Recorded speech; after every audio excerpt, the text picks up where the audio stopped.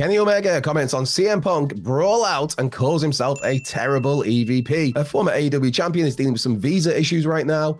Could Hikuleo join Tonga in WWE? And another WWE star's contract is due to expire. Hello and welcome to the Solo Sunday News here at What Culture Wrestling. Myself, Andrew Ballard. I hope you're well. I hope you're good. My voice is very raspy still, but I don't care because my beloved Wrexham got promoted yesterday. Come on, the town. Anyway, on to wrestling chatter. And on to Kenny Omega, who had some really interesting thoughts on his Twitch stream recently. I think it was Saturday or Friday that the stream initially had. Now, this was picked up on by post-wrestling Andrew Thompson. He does such brilliant work over there. And it was a really interesting conversation with Kenny where he talks about his role as an EVP, talks about his role at All Out 2022. That will be Brawl Out, of course, where the Elite and CM Punk got into it backstage. And this comes hot on the heels of AEW last week, well, on Dynamite this past week on Wednesday, airing the footage from All In 2023 of CM Punk and Jack Perry getting into it. So CM Punk very much in the AEW conversation right now. I don't know what you achieve from that myself personally, because you have people in attendance at your show, that being Dynamite on Wednesday, chanting for one of the top stars in your rival promotion. Anyway, but Kenny Omega has been discussing, he wasn't meant to talk about CM Punk, but it kind of came up naturally because he was talking about his roles in EVP, said that he has no power, and then he kind of, for context, as he puts it, he goes in to describe the situation at All Out. As he put it, I thought my duty as an EVP during Brawl Out would be to enter the situation while there was chaos, de-escalate it, and create a peaceful environment for everyone. I was able to create a peaceful environment for the most important person in that altercation, and that was Larry. A lot of love for Larry. Larry, of course, is CM Punk's dog. And a lot of love here for Kenny Omega because, hey, animals, man, the absolute best. As always on the Sunday, send me pictures to your pets. It always puts a smile on my face when I'm working away. But yes, now he goes on, Kenny does, to talk about how he's not entirely against a bit of physicality, as he puts it here. Unfortunately, try as I may, things were too chaotic for me to be able to do anything on my own power. I believe it was in that instance when I realized that the way I wanted to go about things wasn't necessarily the way that other people wanted to. It was also the way that other people didn't necessarily want to, and then it was also maybe not the way that the boss wanted to take care of it.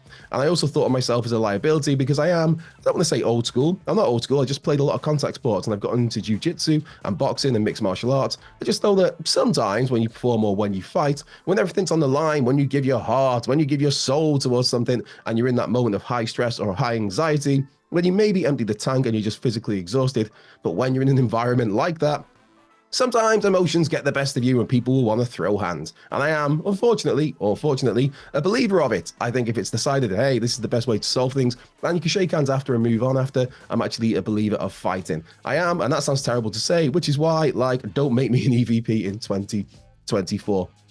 I just thought these were really interesting comments because, the wrestling business over the decades there's been heated, to say the least, altercations backstage, and people can move on and make money together. All Out, we will never know what went down at All Out 2022 because that does have some NDAs on it. The incident at All In 2023, the CM Punk Jack Perry, that doesn't have an NDA, so we can hear about that. That's why CM Punk was able to talk about it with Ariel Helwani on the MMA Hour. That's why AEW were able to show the footage of it. All Out is a different, All Out 22 is a different kettle of fish entirely. So we're never going to know what happened there. So it's an interesting one. But in terms of CM Punk, Kenny said that they reached out to each other. There's mutual respect there.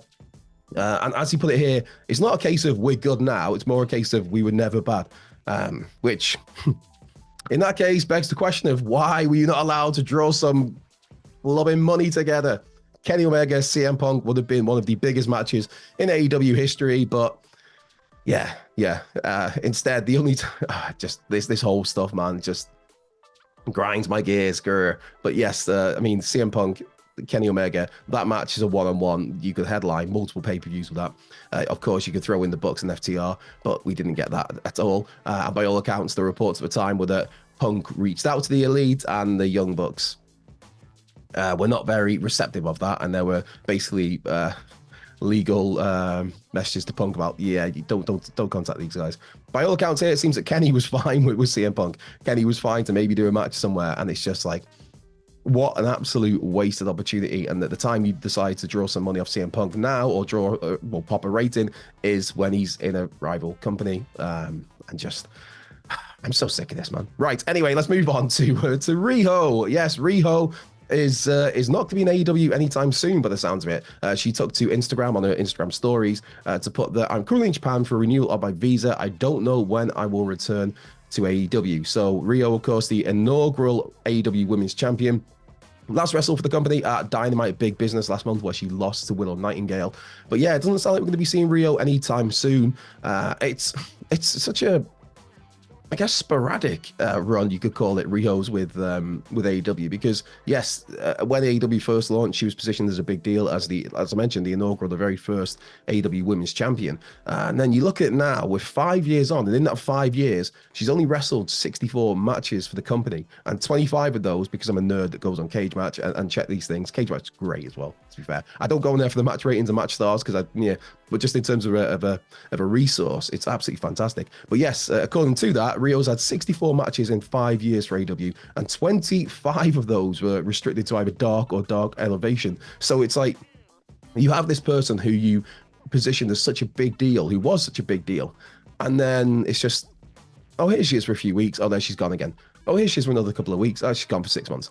Case in point being that Rio worked some dates in December for AEW. And those dates were first ones for the company since June. So literally like 6 months in between wrestling for AEW. It's a very weird one with her. And I don't know, but either way, she's got visa issues at the moment. And so we're not going to be seeing her anytime soon. But hopefully we do, because Rio's talented, man. Rio's very good. Right, one person we're going to move on to in WWE, or potentially in WWE, is Hikuleo. Yeah, Fightful Select reports that Hikuleo's New Japan contract is due to expire in June. Now, Hikuleo, for those not familiar with him, he has popped up in AEW. Actually, worked a couple of shows in AEW. 6'8", the youngest son of Haku, the legendary, vicious, sinister, maniacal Haku. I love Haku, man. Haku does not love Simon Miller, of course, but I love Haku. Now, Hikuleo is the youngest son of Haku, and is the brother, one of the brothers of Tama Tonga. Now, Tama Tonga is finally debuted for WWE. Obviously, Tama left New Japan earlier this year. I believe it was 14 years he was wrestling for New Japan, and the belief was that he'd signed with WWE, and it was just a case of like, when is he going to debut? When's he going to arrive? He did arrive on Friday as part of a phenomenal angle segment where Solo Sikoa just lost his mind, beat the absolute tar out of Jimmy Uso, and Tama joined the Bloodline, the new Bloodline 2.0. Whatever. He's now Tama is in WWE, and he is aligned with Solo Sikoa. So could Hikuleo join him? This Fightful report notes that Hikuleo's contract is up in June. There's no word yet on if there's been any talks of a renewal, of an extension. But at the moment, as it stands, by all accounts, he will be a free agent in June. Now, Hikuleo, as well as Tama Tonga, they had talks. There was interest in WWE last year, but both opted to stay with New Japan at that point in time. So you look at it now, it's like, right, okay. Could Hikuleo turn up in WWE? Could he be part of the Bloodline? This is fun, man. It's an interesting time of year. It's an interesting time in professional wrestling. Whichever company you like, there's a lot going on, man. Whether you're WWE, whether you're AEW, whether you like TNA, whether you like New Japan, maybe not the NWA because Billy Corgan's just set that on fire, basically. But what have you done to my baby boy? The NWA, man, was so good for a little spell there when it came back those few years just before the pandemic. And hello, darkness, my old friend. Yeah. Anyway, right. So the point being, Hikuleo is going to be a free agent in a couple of months. WWE had previous major interest in him last year, so who knows? Also, it's worth noting as well that El Phantasmo, who is currently teaming with Hikuleo as the Guerrillas Destiny, his deal with New Japan was due to be up in January, just gone, and there's been no word on that either, whether he's signed a new deal or what. So, hey, man, El Phantasmo is just such an entertaining dude to watch. So yes, this is also something very much to keep your eye on. Also to keep your eye on is that Natalya. Yes, this is another one from Fightful Select saying that Natalya's WWE contract is due to expire in a couple of months. Now this is on the heels of Drew McIntyre, Becky Lynch, Seth Rollins, Finn Balor there. Oh, my voice is going really raspy. Sorry about that. Apologies. Hey. Those four, their deals are expiring in the next few months. Could be free agents, who knows? Yet to sign new contracts. Obviously, Drew, Becky, Seth, Finn, four massive names. Natalya is the longest tenured WWE female talent, having been with the company since, 2007, I believe she signed with them in the first place. That's a hell of a run. And during that time that he's won the SmackDown Women's title, she won the Divas title, she won the tag team titles, women's tag team titles. But yeah, Natalia's deal is due in a couple of months. And as of right now, there's been no talks of an extension. So that's one to keep an eye on. But it's WWE lately, their policy has been there's been no massive rush to like, oh my God, this person's contract's expiring next year. We need to get them tied down. It's like, no, man, we'll just take it easy. But that was down to seemingly this Fight for Report ads, because WWE, well, former EVP of talent Dan Ventrell was released last week, and one of the reasons here seems to be that because it's due to him having allowed talent's contracts to get so close to expiration, and some in the company saw him as not suitable for that position, particularly when it comes to talent negotiations, contract negotiations with talent. So yeah, it seems like he's maybe not tied people down, and it's like, yeah, man, you probably should have, had these people signed, sealed, delivered. They're yours for another 3, 4, 5 years, whatever. Anyway, right, let's get some questions before my voice totally taps out for the day. But it was all worth it. It was also so worth it. Peter Pasta's got in touch. I love that name. I like to think it's from Hell's Kitchen, not Hell's Kitchen, Kitchen Nightmare, sorry. But anyway, do you eat... Jeez, man. It's been a long night. It's been a long morning. Do we see a new AEW champion at Dynasty? And there we have a gif of a certain Swerve Strickland. Yes, I think we do. I think it's Swerve's time. He absolutely deserves it. He's been absolutely knocking it out of the park for the last little while. Pretty much since he joined AEW. Yes, there was some of the stuff was a bit trash with the Mogul Embassies at the beginning and things. And the Swerve and Our Glory is one of the worst tag team names I've ever heard. But yeah. Swerve's ready, man. Swerve's just one of the very best in the game right now. And whatever metric you measure talent on, whether it's on the mic, whether it's in the ring, whether it's persona, whether it's how you carry yourself, Swerve is just like ticking all boxes, man. Just, yeah, absolutely give him that belt. Lover of Coffee's got in touch. Is it time for Athena to return to AEW full time? What has she done, man? Why is she not on AEW television? For all the people you bring in from other companies, for all the ROH talent you feature on your TV, for all the ROH champions you feature on AEW TV, why? Why do you not feature Athena? Again, like Swerve, she's just been absolutely killing it, but she's been killing it in a company that barely anybody watches. And it's like, what? Why, Tony? Why? Why not use this ridiculously talented woman in a bigger way, on a bigger platform to help your major company? Yes, it's great. You've got Ring of Honor, but let's face it, AEW is the main focus, and you've got Athena, who's just been so good, and just so yeah. Is it time for her to return to AEW full time? It was time a year ago. It was great that she was able to, because of course, you can't use, and the AEW roster is massive, but you can't use everybody all the time. And so when it came to a point of like, right, we're not doing anything with Athena and AEW, we've ROH just started up again. Go and have a little bit of a run there, see what you can do. We're gonna strap you up, crack on. And that's great. But then when you're looking like however long down the line we are now, it's like, what this... That should have been really a few months. If you cannot find a spot on your programming, AEW program I'm talking about now, for somebody as talented as Athena, there's a problem there. You need to really have a word with yourself. Right, King Galactus got in touch. Morning, legend. Congrats on promotions. Thank you very much. That would be part of the reason why my throat is absolutely knackered, as I am generally knackered and broken down myself. But come on the town. I had a question on whether you enjoy having Roman and Seth off TV until the Rumble, and then having Seth enter number 1, and then Roman enters as a surprise number 2 entrant, setting up a possible Mania grudge match. But then Solo's gone rogue. Lol. I really like that idea. I think that would be like a massive reaction there if you had, they were both gone until the Rumble, Seth number 1, Roman number 2. That'd be huge. But yeah, as you mentioned, Solo's gone rogue. So hey, I think Seth will be back. I think the report at the time was he was going to have 4 weeks off. I think Dave Meltzer noted on the Observer. So Seth's going to be gone for a little while. He'll be back way before the Rumble. I'd imagine. Who knows? But I'd imagine Roman Reigns is back before the Rumble. Who's to say there's maybe not some sort of bloodline civil war? Yes, again with the civil war. At Survivor Series. That's something interesting to keep an eye on. Hector Garcia the third's got in touch. Hey, Hector. Welcome back to Sunday. Thanks for having me, Hector.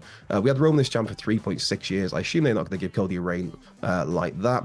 So how many people do you think will hold that title over the next 3.6 years? And how many times will Cody hold it after this initial reign? Man, you could literally throw a dart at the board and that would give you an answer. I don't. How many times is Cody going to hold that title or a world title? It could be 2 times. It could be 3 times. It could be 10 times. I mean, there's no chance of him getting close to Cena on that 16 or Flair, as WWE put it with Flair anyway, at 16. So, I mean, I'm sure Cody will have a couple of reigns with various world titles before all said and done. As for who else will hold it during the next 3.5 years, I don't know, man. I do feel that maybe AJ Styles gets one more run. I'd like to see it. Obviously, not now. That Backlash match. I mean, it will be AJ Styles going to face Cody at Backlash. That's what I'm saying. Yeah, AJ's not winning that, but I feel like AJ could get another run somewhere down the line. Obviously, there's LA Knight. Yeah. There's Braun Breaker in the equation. You've got the draft coming up. If Gunther was to move to SmackDown, he immediately becomes somebody like, right, okay, he could get the world title. So yeah, there's lots of possibilities there. Right, let's quickly get through the rest of these questions. Daniel Francis got in touch. However much I feel dirty for this, congratulations to the town on your promotion. Thank you very much, Daniel. Very, very nice here. See you next year, hopefully, if we stay up. Anyway, what's your opinion on Bayley's first opponent? Will it actually be Naomi, or are we in for a heel stepping in? I think it'll be Naomi. Yeah, I think you've got the babyface versus babyface respect match where Bayley's basically come out and said, like, look, you deserve this. I want you to have this title shot. And then to double down on Naomi as the scrappy babyface, she kind of does I want to earn this against Tiffany Stratton. And obviously she's gone and succeeded in that. So yeah, I don't think there's any swerve coming. I don't think there's any heel stepping in. I think it's Bayley. I think it's Naomi. I think it's just two respectful baby faces that have a little bit of history together, going one-on-one for that title. Tweet Wrestling's got in touch. Hey Kev, will The Rock challenge Roman for the... Sorry, will The Rock challenge Rhodes for the belt and win it anytime soon? The Rock will challenge Cody Rhodes for that belt, and The Rock will not win it anytime soon. I mean, you do not need to strap up The Rock at all. No, it's just totally unnecessary. We will get Rock and Cody. Maybe it's SummerSlam. Maybe it's in Saudi Arabia. And maybe that's where Roman Reigns returns, and maybe Roman Reigns costs The Rock, and that's where we get to Roman versus Rock at WrestleMania 41. Kevin Spears got in touch. Congratulations, Wrexham. Come on the town. Thanks, Kevin. What are your thoughts on who could be the new tribal chief? As it appears WWE are hiring or hired anyone with Samoan heritage. New tribal chief, man, it's Solo Sikoa. If there's a new one, it's Solo. And I love to see it. I love that he was, again, it wasn't much, but I love that he was more vocal, more forcing himself into. I loved how they handled Solo Sikoa on Sunday.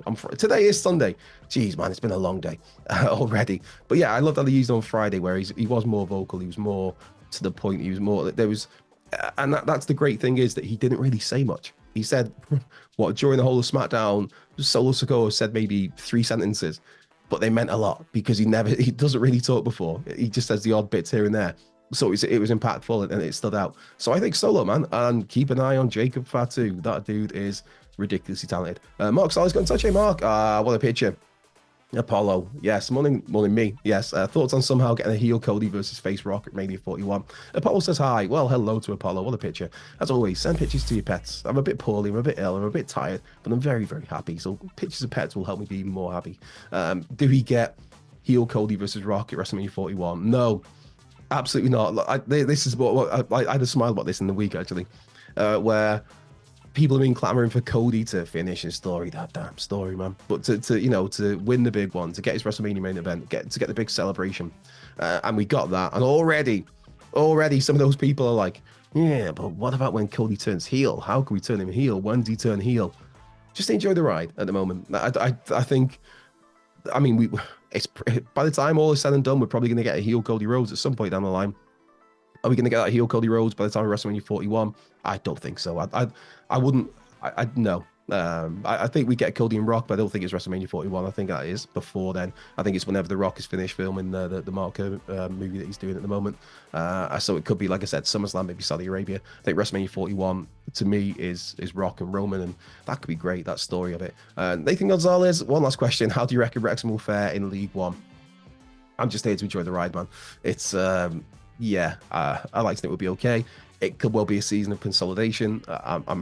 There are people planning on how we're going to win League One next season and who we're going to buy, and we're going to bring all these players in for the Championship or lower league Premier League. let's just enjoy the ride we're on at the moment. Let's get this season finished and see how things lay. Right, and I'm going to wrap things up with that because my voice is just absolutely knackered, man. Thank you for putting up with me during today.